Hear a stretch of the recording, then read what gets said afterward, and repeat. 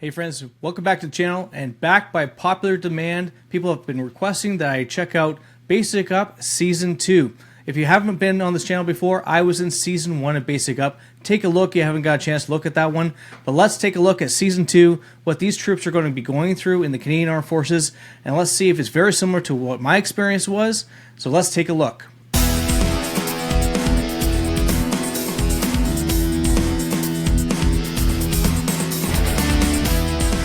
A career in the Canadian Forces is both demanding and rewarding.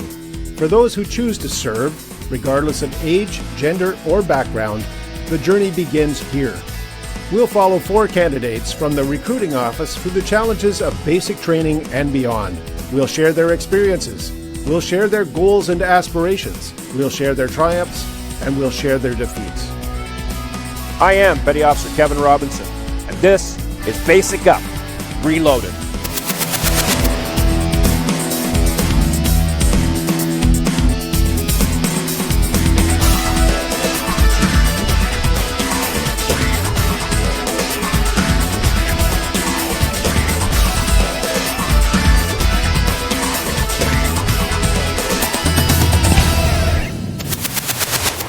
Let's meet our 4 candidates.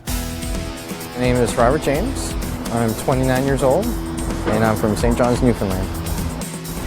It's something I've thought about for a long time. My grandfather served in World War II as a Canadian paratrooper, and my other grandfather was in the Flying Fortress for the British. It's something that I've always had an inclination to do. Respect my country, I love my country, and I want to serve my country. And having a family, nowadays the military is a good career choice. It's something that I plan on staying with for a long time, probably until I retire.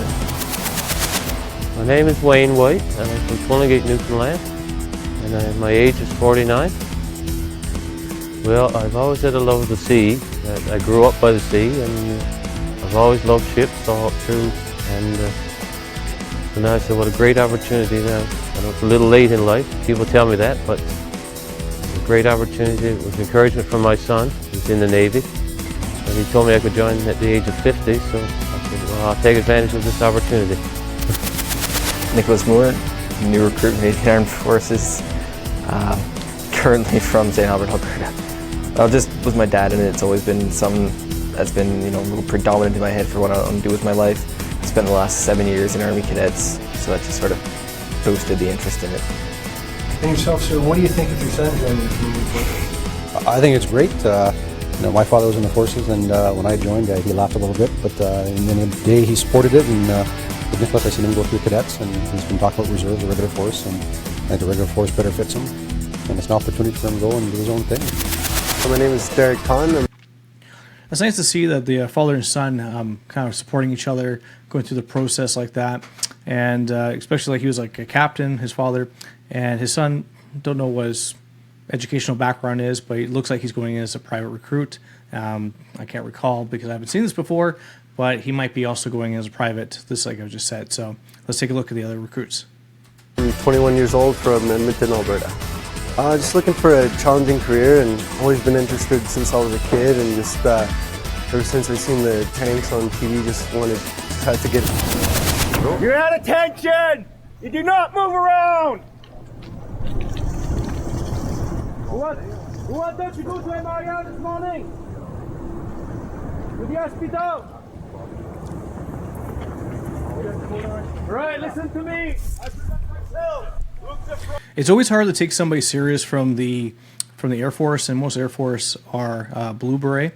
If you see a black beret, it's probably because they're armor division, maybe artillery, maybe they're in the Navy, and they don't really practice drill like the Army does. They're a little bit more relaxed once you get more professional into your trade, and so it's always kind of weird seeing them like try to be like Saving Private Ryan or other famous movies on top of that, trying to be a drill sergeant and put everybody in shape here. But you can kind of see the nervous energy of everybody, especially this recruit who's brand new right here. He's 49 years old. That's pretty old. That's pretty up there for joining the basic training for joining the military. Everybody does it for their own reason, to be honest. And then you see this recruit right here, looks very, very nervous. But this guy back here looks pretty cool-headed. So we'll see how they perform.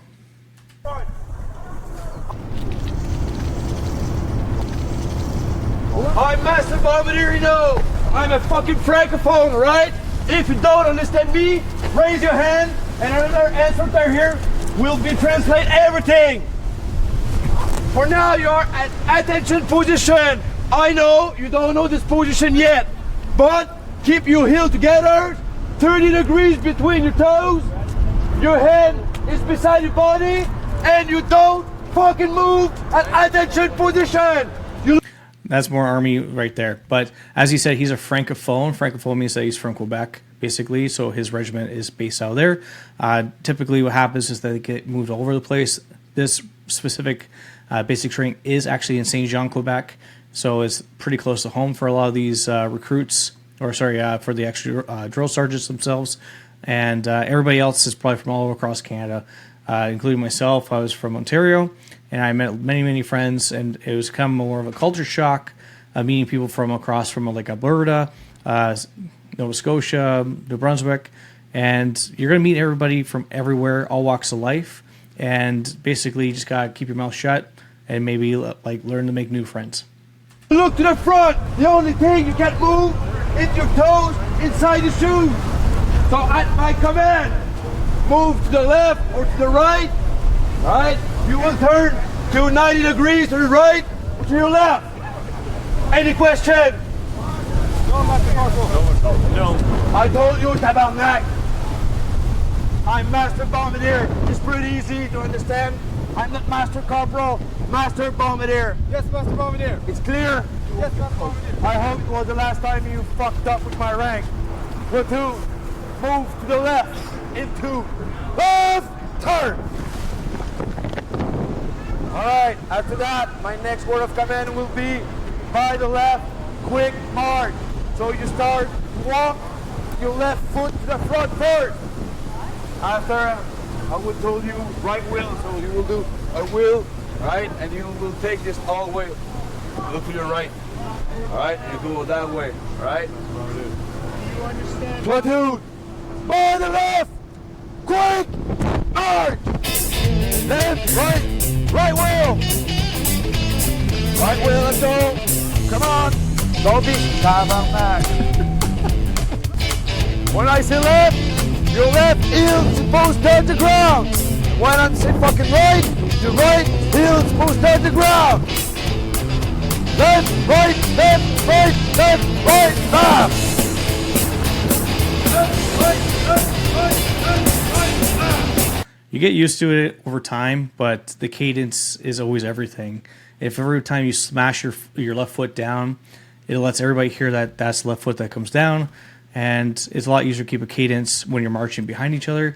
And of course, when you're marching, you actually don't see the floor in front of you. So majority of the time, if you're walking through a puddle or walking through like a big divot, you need to be careful of not rolling your ankle, because if you're smashing your foot down, try to keep that cadence, that could ultimately become a tripping hazard, as well as maybe even black ice on top of that. So majority of the time, if anybody has any common courtesy, they'll let everybody know within the ranks to pass it down that that is an obstruction in front of you, and that way you're not going to be getting a recourse really early in the game. Don't to be proud now! Because you joined the army! So be proud right now! Left, right, left, right, left, right, left! You run on the street and block the road. Same thing with your partner. Go run on the street and block the road. You're standing there, you put your hand straight out like this, okay? Come to attention, you put your hand out like this. So he's doing that right now because on the left side, you put your hand out, and on the right side, you also put your hand out. That's to deter traffic from coming through. Typically, they will be wearing a reflective vest or maybe some sort of belt that reflects on top of that. Not sure why they're doing that in this particular case. Maybe this is more just for filming, but that is basically the first person at the very front of the ranks, and at the bottom of the ranks, basically kind of direct traffic, make sure they're coming to a full stop. Pointers, fall in! Left, right, left, right, left, right, ah! Chin up, tap your heart. Digging heel forward. Left, right, left, right, left, right, half. At my command, all. Try to do it all. That's it, that's all. Platoon! All! Platoon, advance, right, turn! Who you dressed off on? This guy. Hey, yo, big guy, why you fucking move? Huh? You want to play with me, what? Sorry. Sorry. That's fucking weak, guy. Say sorry, all right? We never say sorry.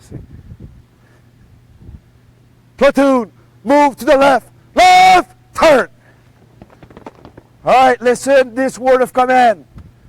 I will tell you 4 single file from the right. So all the guy on the right file, raise your hand. Now. All right, good to go. Put your hand down. When I'm going to say 4 single file from the right, quick mark. It will be only the right line will start walking. All right? You first guy on the left line, you will do left incline, 45 degrees to your left, to your right. All right? When you're going to see the last guy on the right file, you will follow him behind. Roger? Good to go. And you go on this door, but look to your right. All right? Platoon, 4 single file from the right. Quick march. Right wheel, first guy. Just a bag of hammers, eh? Everybody just off cadence and like arms are swinging different directions, trying to figure it out, not really understand that like your left foot's supposed to go and then like, your right foot's supposed to go. Like basically you got to follow the person in front of you. That's the key. And if you don't do that, then you look like you screwed up for everybody else, right? Because it's like you got to think almost kind of a really bad analogy, but like a centipede, right? This is like a big line and all the legs move at the same time. So, you know, if you don't do that, then it just kind of goes really, really south really fast.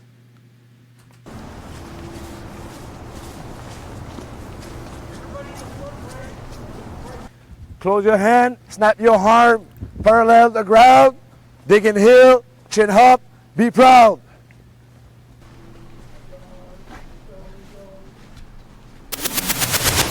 Go!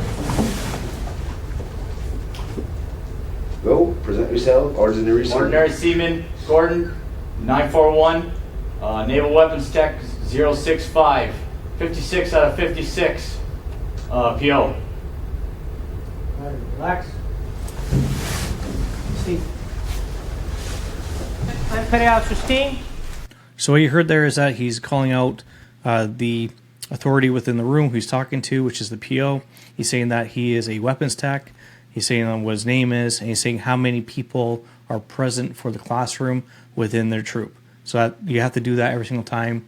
That way, and to be honest, it's true in training mostly. Like whenever you're full reg force, I never had to do that ever again. That's just more for like drill, for like keeping like cadence and just like understanding authority, basically. I'm Platoon Commander. I have 25 years of experience serving in the CF. I started off in the militia, RCR, decided to join the regular force Navy, and wanted to be a cook. That didn't work out so well. They made me an electronic warfare operator in charge of essentially the super spook stuff you see on the movies and that. I intercept electronic transmissions. Today, I stand in front of you as a qualified weapons director. I'm responsible for sensors and weapons for all above water matters on board Canadian warships. My 2IC, Sergeant Lassard. Yo, Sergeant Lassard. I got 22 years in. Main of my career, I did it with the service battalions. And I also did a support unit. I got 4 missions, and I got 4 years in Germany. And I'm looking forward to teach you what you need for your career. Sergeant Jaworski. Yep. I'm Sergeant Jaworski. I'm an AC op, air traffic control operator. I'm in the Air Force.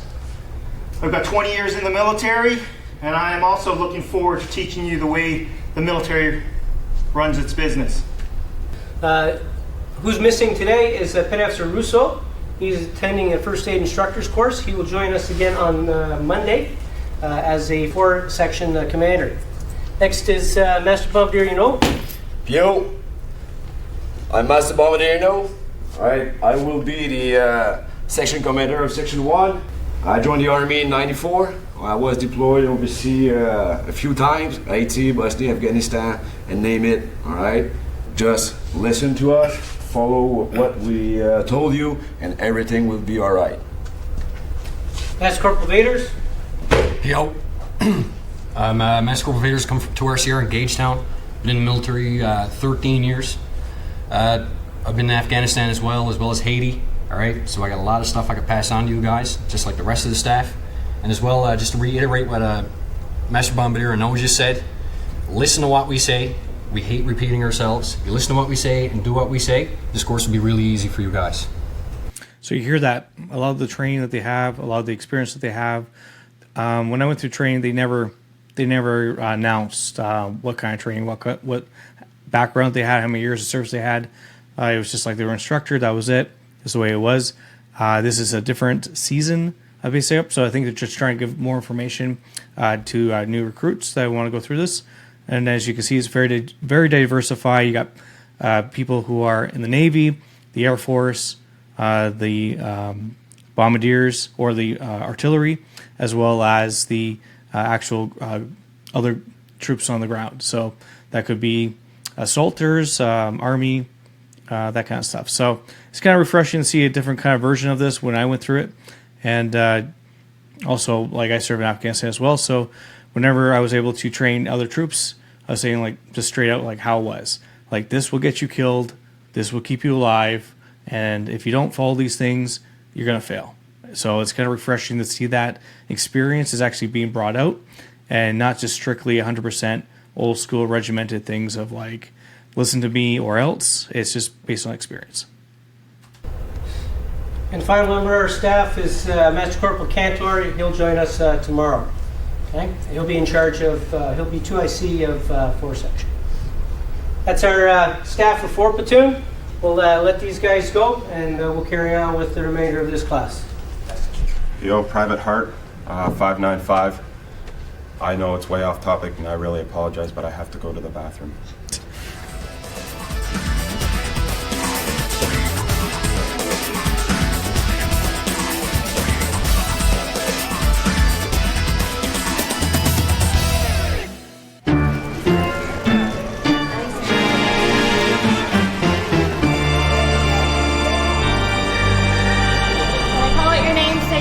Private Bernard. Here. Private Smith. Here. Private White. Here. Private Grimes. Here. Private Baker. Here, Master Corporal. Private Wade. Here, Master Corporal. Private O. Yes, Master. Here, Master Corporal. Private Bowers. Here, Master Corporal. Private James. Here, Master Corporal. And Private Moore. Here, Master Corporal. All those I called out your name, follow me downstairs now.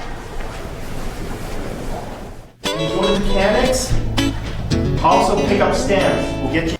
So just like during my experience as well, if your very first week they give you allowance for pay, and based like showing $220 advance on your first pay, that directly comes out of your weekly allowance, and you use that cash to go to the Canex. You buy your material, you buy like any underwear, socks, that kind of stuff. And this stuff's really good for people who literally come families that have nothing. That like you are literally like you have nothing, and like you're going to go serve your country, and they're able to give you a little bit of cash allowance to like start building your wealth, start like actually owning property, that kind of stuff, and it gives you a little bit of a hand up or a hand over a handout, and yeah. So myself being so young, I was only 18 years old or 19 years old at that time. I worked at like fast food restaurants, that kind of stuff. But this was kind of nice having like a cash allowance that I could actually go buy things I needed during that time. Your addresses and everything tonight, how to write, so your parents can write home, and how you can get information back home. And if your mom wants to send you a care package, homemade cookies and everything, tell her not to, because you're not allowed to have it, okay?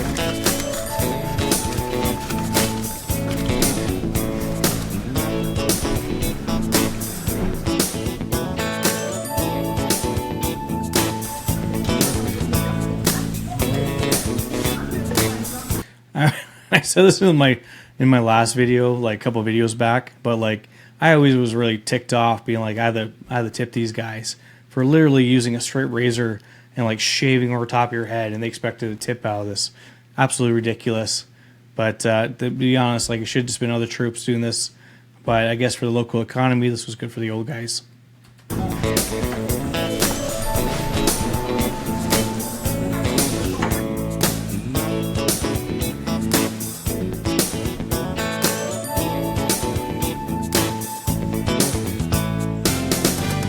Oh yes, look at that, high and tight.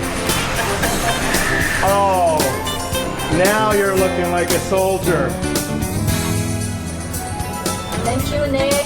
The meal card that will be issued to you will have your pictures on it. Thank you, Nick. Everybody here has gone through that center over here. Good. Until you, right, you will follow every people. You wait over here, right? You don't follow these guys, right? Go. Right, you grab a basket, you clean the basket, you buy your stuff over here, okay? And that's not the shopping mall here, all right? So you do it fast, okay? Grab all your stuff and you go to cash machine. Okay, so the Canex, like I said before, this is literally like a mini Shoppers Drug Mart, if you will. Kind of like a very quick, like clothing, like cleaning supplies, that kind of stuff you might need during your training. But once you leave St. Jean, Quebec, and you get onto your actual base, like they're huge. Basically, they kind of overcome, well, not overcome. They basically kind of represent almost like a Target or maybe like a Best Buy.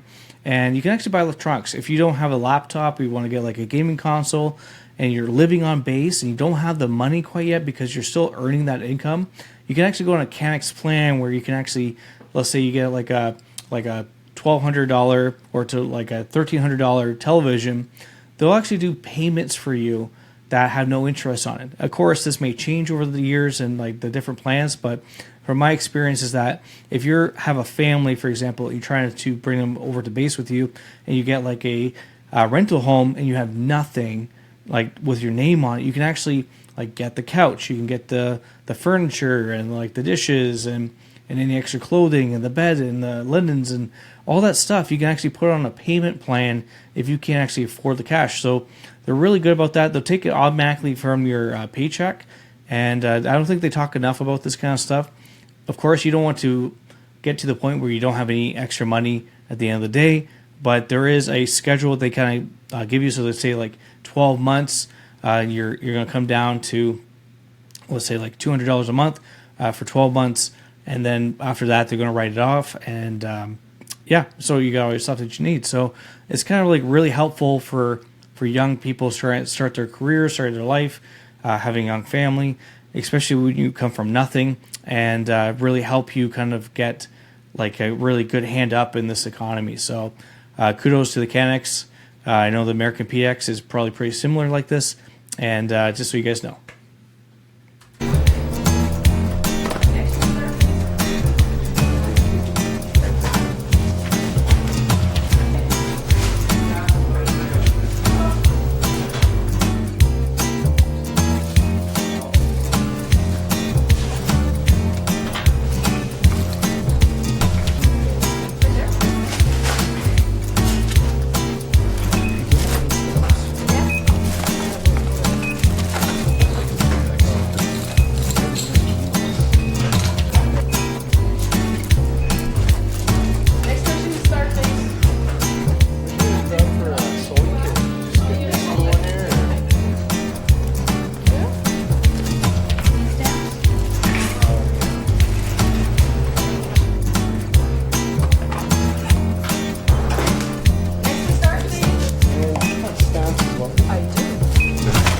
These cigarettes don't make it on camera. And a curtain for you. And a lighter.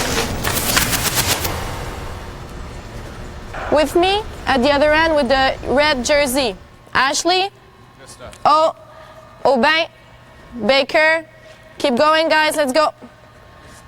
Barnes, Bernardo, Bowers, Bowers, Bridge, Brooks, Brooks, Cameron, Cameron, Campbell.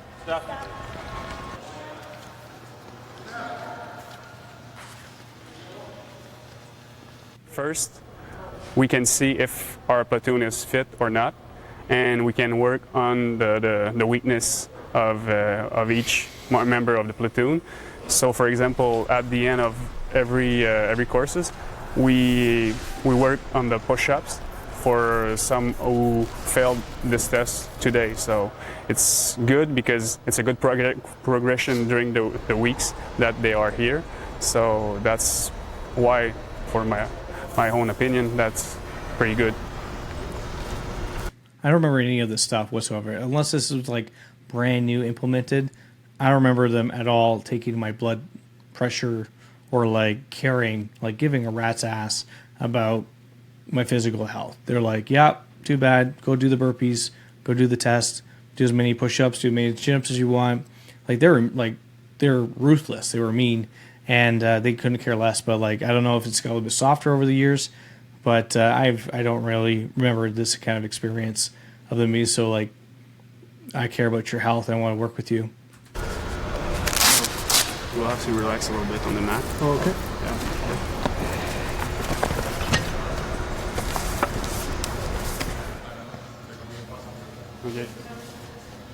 We had a couple of students who had to be cleared by the medic because their blood pressure was too high to start with. If you miss it 2 times in a row, you're out. Number 14 blue, out. If you're coming towards this line here and you're before the warning zone and we hear the beep, you're out automatically. When you get to the line, you're jogging this way, you just touch the line, you pivot, you wait for the next beep, and you go. We'll have a quick demo. Make sure you pay attention to the staff.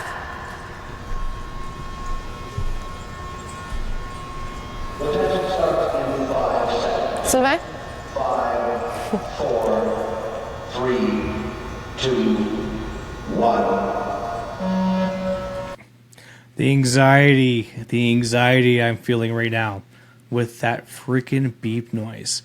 And you had to learn over the years. Like, you had that line that you had to pass on both sides, and you didn't want to go too fast. There's a lot of guys who sprinted as fast as they could, trying to show off to the other side.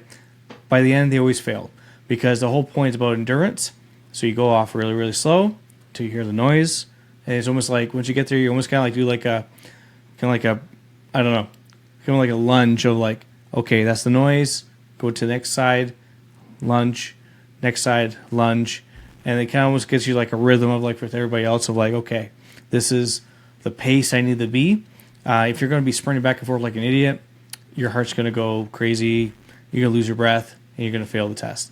I think it was like 6.5 was on average what they wanted you to get of beeps, and it's been a long time, but you go back and forth, I think once or twice, maybe 3 times for each interval, and it gets faster over time. So, the anxiety, guys. So there's a delay before the first beep. Make sure that you wait. Touch the blue line, pivot. Wait for the beep, and go. You see his pace, he's pretty slow. Come to the line, touch, pivot, and go. C'est bon.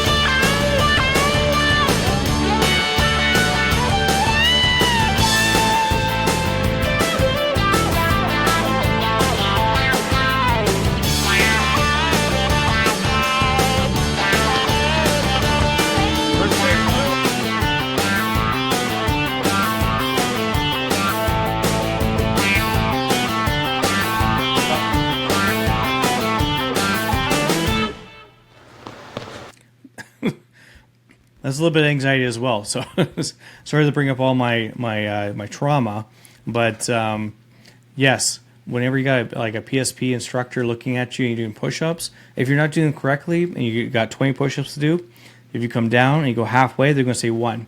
If you go back all the way up and you're going to come back down again, they're going to say 1. And if you don't do correctly, they're going to keep on saying the same number, even though you've done multiple push-ups already.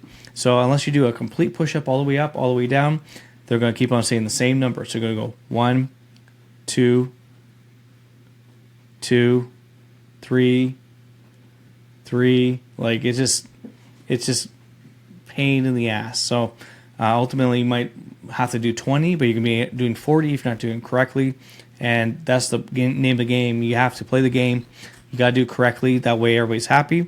And that way you can keep going through the process. Number 19, blue out.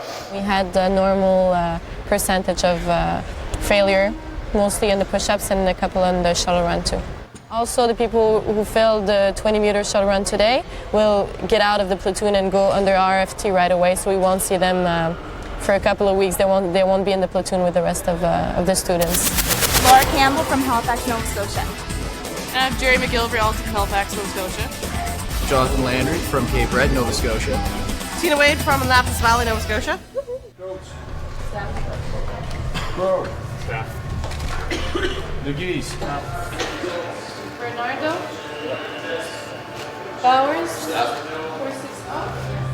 Dingy. Gordon. Staff. Breeze.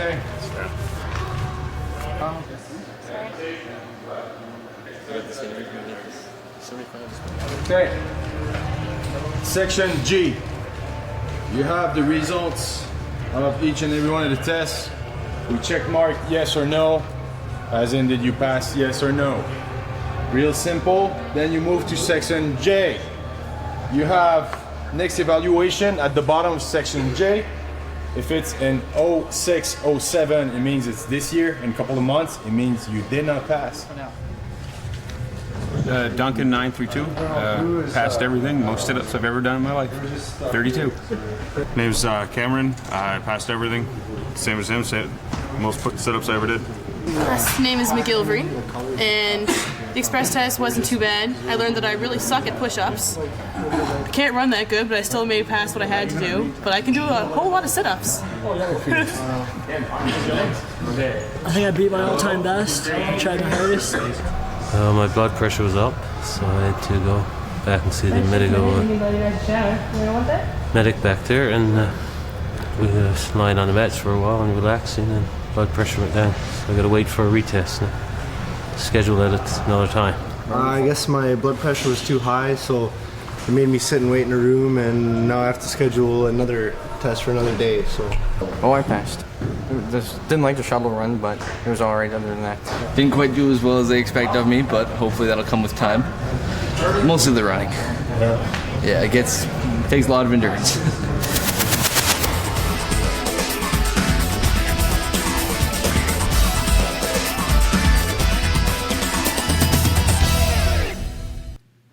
Well, everybody, there you have it. Season 2 of Basic Up. Never saw it before. And it's kind of interesting seeing it from a different perspective, just like everybody else of the viewership here. And comment down below what you guys liked about the episode. But other than that, though, it is what it is. It's a pretty similar experience that I had as well.